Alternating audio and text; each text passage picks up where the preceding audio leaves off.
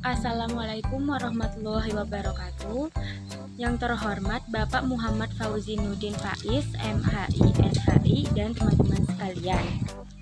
Saya Citra Oriza dari kelompok 11 ingin mempresentasikan hasil makalah saya yang berjudul Komparasi Efektivitas Lembaga Zakat dan Wakaf. Nah, langsung saja mari kita simak baik-baik materi yang akan saya sampaikan.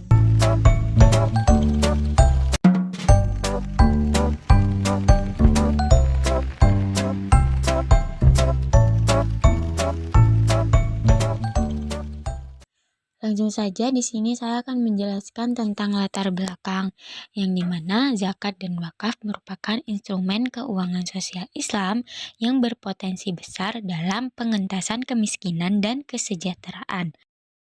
Di Indonesia, zakat dan wakaf dikelola oleh Basnas dan LAS, sedangkan wakaf dikelola oleh BWI dan juga Nazir.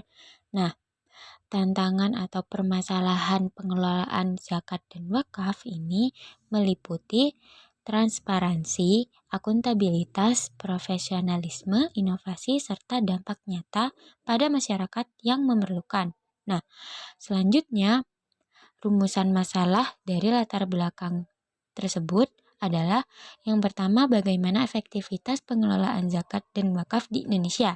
Tujuannya mengevaluasi efektivitas lembaga zakat dan wakaf di Indonesia. Dan yang kedua, apa saja perbedaan strategi pengelolaan antara lembaga zakat dan lembaga wakaf. Tujuannya untuk membandingkan karakteristik dan strategi pengelolaan kedua jenis lembaga. Yang ketiga, apa tantangan dan peluang dalam meningkatkan efektivitas pengelolaan zakat dan wakaf. Tujuannya untuk memberikan saran strategis untuk penguatan tata kelola zakat dan wakaf. Lalu selanjutnya pembahasan yang pertama, pengertian zakat dan wakaf. Nah, zakat sendiri ini adalah harta tertentu yang wajib dikeluarkan oleh seorang muslim yang telah memenuhi syarat tertentu dan diberikan kepada golongan yang berhak menerima atau asnaf sesuai dengan ketentuan syariat Islam, dan landasan hukumnya terdapat di dalam Quran Surat At-Taubah ayat 103. Lalu, wakaf adalah menahan harta tertentu sehingga tidak boleh dijual, diwariskan, atau diberikan kepada orang lain, dan manfaatnya digunakan secara terus-menerus untuk kepentingan umum atau sosial, dan diatur dalam Undang-Undang Nomor 41 Tahun 2004 tentang wakaf, yang mengatur tata cara pelaksanaan dan pengelolaan wakaf agar sesuai dengan prinsip syariah dan peraturan perundang-undangan. Dan pembahasan yang kedua ada lembaga pengelola zakat dan wakaf di Indonesia. Yang pertama, zakat di Indonesia ini dilakukan oleh dua kelompok, yakni pertama, Basnas atau Badan Amil Zakat Nasional, organisasi pemerintah yang tidak terikat secara struktural, yang berperan dalam mengumpulkan dan mendistribusikan zakat, infak, dan sedekah, mulai dari tingkat nasional hingga daerah. Lalu, lembaga amil zakat yang telah mendapatkan persetujuan dari pemerintah untuk menangani pengelolaan zakat. Contohnya, seperti lembaga dompet duafa, rumah zakat, dan lembaga yang serupa. Selanjutnya, pengelolaan wakaf di Indonesia terdapat beberapa lembaga dan pihak yang berperan sebagai berikut. Yang pertama ada BWI, yang di mana lembaga independen milik negara yang dibentuk berdasarkan Undang-Undang Nomor 41 Tahun 2004 tentang wakaf. Tugasnya untuk mengembangkan serta memajukan aktivitas perwakafan di Indonesia, mendampingi nazir, dan memastikan bahwa aset wakaf dikelola dengan cara yang produktif dan memberi manfaat kepada masyarakat. Nah, selanjutnya ada nazir. Nazir ini ada yang individu, organisasi, badan hukum, maupun nazir wakaf uang.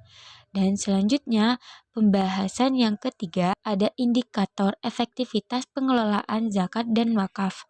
Yang pertama, transparansi dan akuntabilitas merupakan fondasi penting dalam pengelolaan zakat dan wakaf. Penyampaiannya dalam laporan keuangan yang sangat jelas, jujur, dan dapat diakses oleh masyarakat luas akan menambah kepercayaan publik serta memastikan dana kelola sesuai dengan aturan syariah dan ketentuan yang berbeda. Yang kedua ada profesionalitas sumber daya manusia, yang dimana ada pelatihan dan pendidikan yang rutin dapat meningkatkan kemampuan mereka dalam mengelola dana dengan cara yang lebih efektif dan efisien. Yang ketiga ada peningkatan penghimpunan dan distribusi. Salah satu cara yang umum digunakan adalah melalui ACR atau Allocation to Collection Ratio yang membandingkan hasil distribusi dengan target yang ditetapkan. Jika skor ACR mencapai 90% atau lebih, maka dikategorikan sebagai sangat efektif. Yang keempat, inovasi program zakat produktif dan wakaf produktif, di mana program zakat produktif memberikan kesempatan bagi mustahik untuk memperoleh pendapatan berkelanjutan, sedangkan wakaf produktif memberikan keuntungan ekonomi langsung kepada nazir dan penerima manfaat atau mauquf alaih.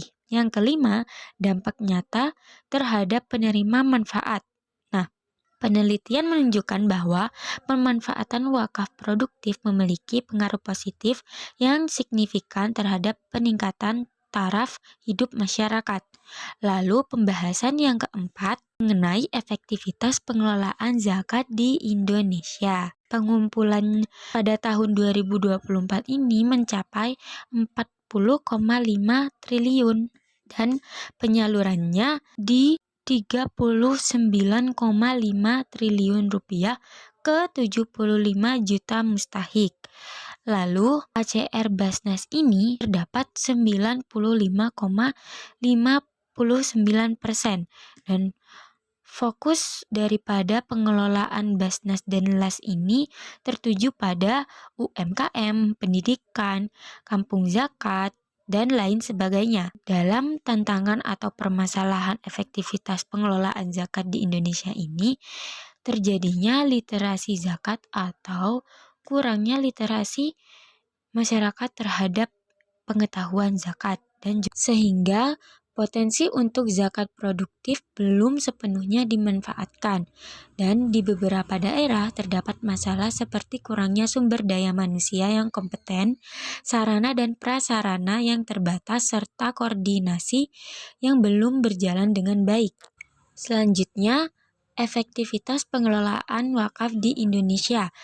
Perkembangan dan capaian wakaf, yakni terutama pada wakaf uang sendiri, pada tahun 2023 mencapai 2,07 triliun dan dalam sertifikasi tanah wakaf itu menghasilkan hingga 18.000 bidang. Sertifikat tanah wakaf telah diterbitkan dengan target penyelesaian sertifikasi mencapai 73.049 bidang tanah wakaf hingga tahun 2025.